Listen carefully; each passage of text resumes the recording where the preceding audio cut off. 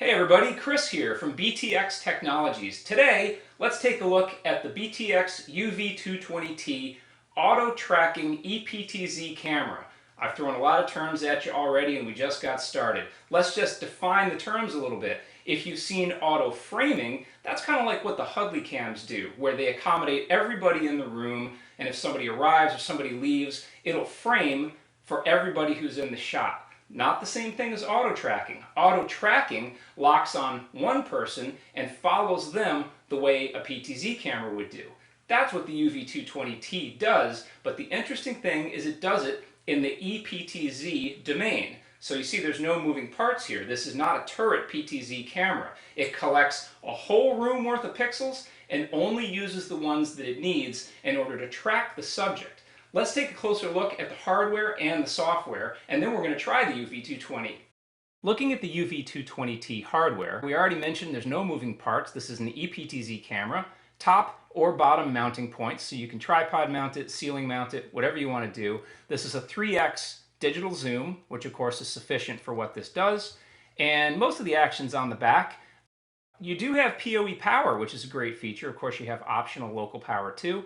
This jack is also going to give you access to the web GUI, control, and it does have an RTSP streaming feature on board.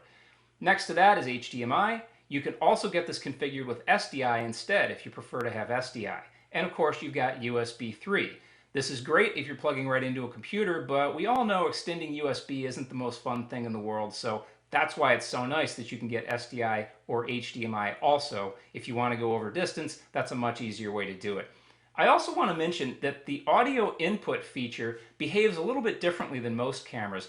Often when you have an audio input feature, it really just embeds audio on the stream.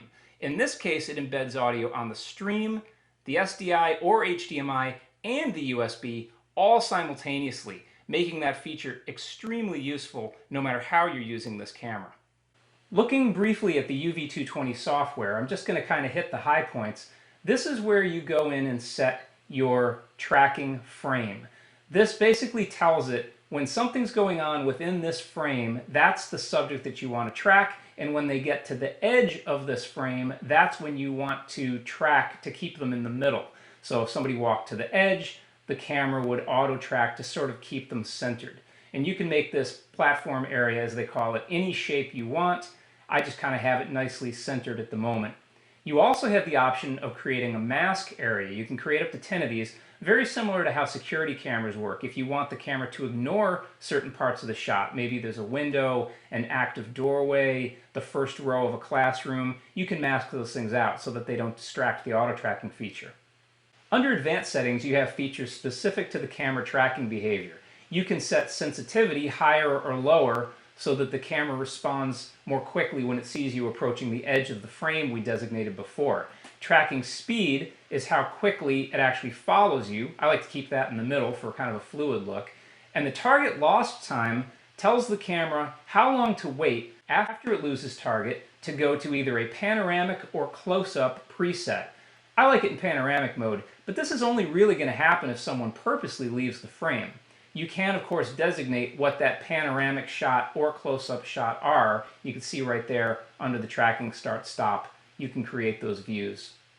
Okay, I've set up the UV220 about 20 feet away from me. I've turned on the auto tracking feature. Let's see how it works. As I start to walk to the edges of that auto tracking frame that we designated in the software, you'll see that it begins to track me.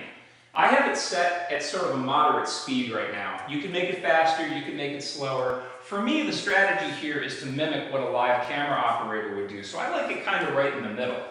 Now, if I were to exit the frame, the camera will know that it's lost its target.